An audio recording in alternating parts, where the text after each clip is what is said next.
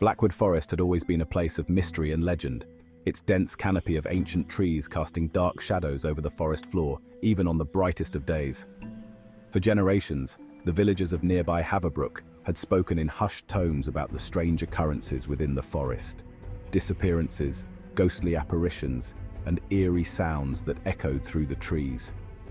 Despite the warnings, a group of 5 friends decided to venture into Blackwood Forest for a weekend of camping and adventure. They were drawn by the thrill of the unknown and the promise of discovering the secrets that lay hidden within the forest's depths. Jack, the group's leader, was an avid outdoorsman. His girlfriend Emily was a photographer with a keen eye for capturing the beauty of nature. Sam and Mia, a couple who loved hiking, were excited to explore the uncharted trails. And then there was Kevin, a skeptic who scoffed at the idea of supernatural occurrences. As they set out on the old forest path, the air grew cooler, and the sounds of civilization faded away. The forest seemed to close in around them, the thick foliage and towering trees creating a sense of isolation. But the group was undeterred, laughing and joking as they made their way deeper into the woods.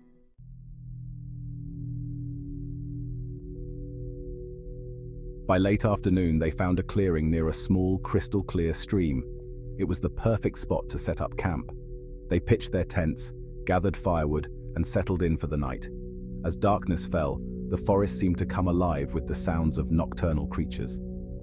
The crackling fire provided a comforting glow, warding off the encroaching darkness. Over dinner, they shared stories and roasted marshmallows. Emily snapped photos of the fire, the tents, and her friends' smiling faces. But as the night wore on, an uneasy feeling settled over the group. The forest, once filled with the sounds of nature, grew unnervingly silent. Kevin was the first to notice. "Kevin, do you hear that?"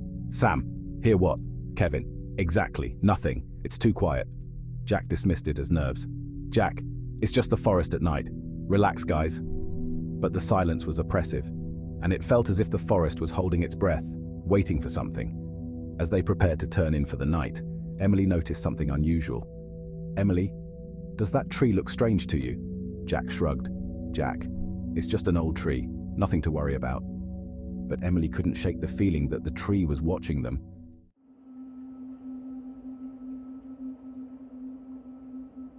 The first night passed without incident, but the group woke up to find strange markings on the ground around their campsite. The symbols, etched into the dirt, were unlike anything they had ever seen, intricate patterns that seemed to pulse with a dark energy. "Mia, what the hell is this?" "Jack, no idea, but we should probably keep moving." As they packed up and headed deeper into the forest, the unease grew. The forest seemed to change around them, the paths twisting and turning in ways that defied logic. Emily continued to take photos, hoping to capture something that might explain the strange occurrences. By midday, they reached an old, overgrown trail that led to a dilapidated cabin. The structure was barely standing, its walls covered in moss and ivy. Curiosity got the better of them, and they decided to investigate. Inside the cabin, they found old furniture, decaying books, and more of the strange symbols carved into the walls. It was clear that someone or something had lived there long ago. "Kevin, look at this," Kevin said, picking up a dusty journal from a table. The pages were filled with frantic scribbles, detailing a man's descent into madness. He wrote of hearing voices, seeing shadows, and being haunted by a presence that lived within the forest. Kevin, this guy was nuts. Sam, or he was telling the truth. As they left the cabin, Emily felt a chill run down her spine. She turned to see the shadow of the gnarled tree from the previous night, even though the tree was nowhere in sight.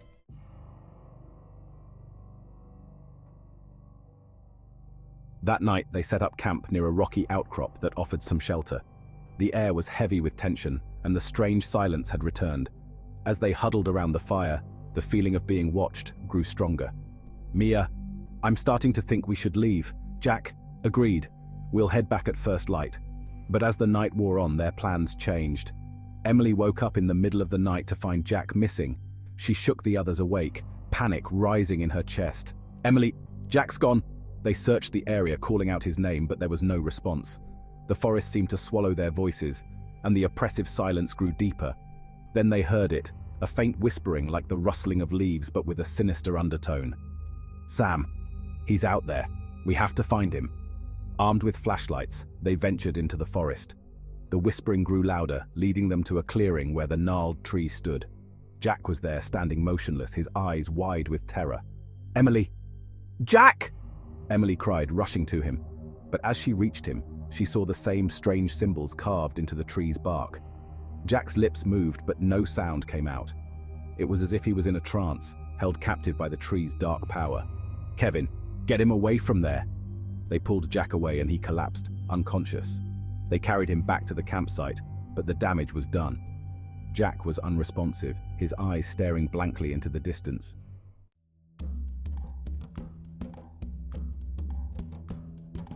The next morning, they decided to make a desperate attempt to leave the forest. But no matter which direction they took, the paths seemed to loop back on themselves. It was as if the forest was alive, playing with them, keeping them trapped. Emily examined the photos she had taken, hoping for a clue. To her horror, she noticed shadowy figures lurking in the background of almost every photo. Figures that hadn't been there when she took them. "Look at this," she said, showing the photos to the others. "We're not alone in this forest." Mr. Hawkins, who had remained quiet until now, spoke up. The journal mentioned something about a ritual, a way to appease the spirits of the forest. "What kind of ritual?" Kevin asked, skeptical. "We need to find the heart of the forest," Mr. Hawkins replied, "and perform the ritual there. It's our only chance."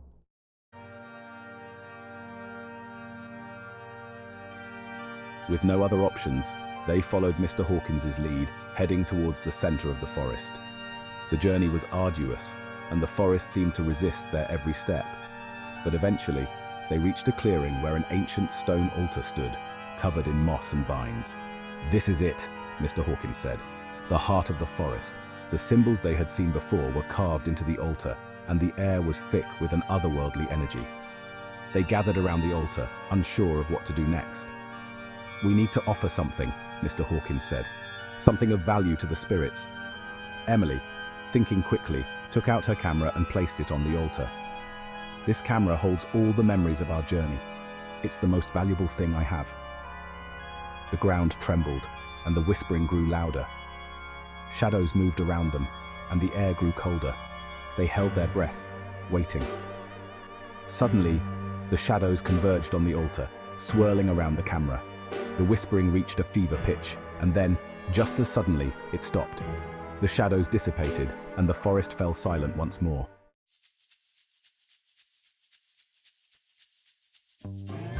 As the first rays of dawn broke through the trees, the oppressive feeling lifted.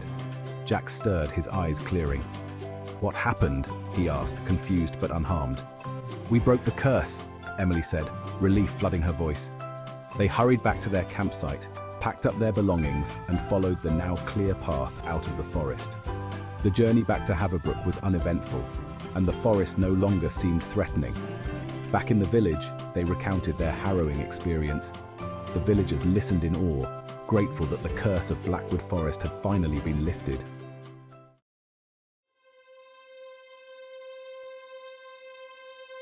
Months later, Emily developed the photos from their journey. Among the last few images, she found one that sent a chill down her spine. It was a photo of the group, taken at the heart of the forest, with the shadows swirling around the altar.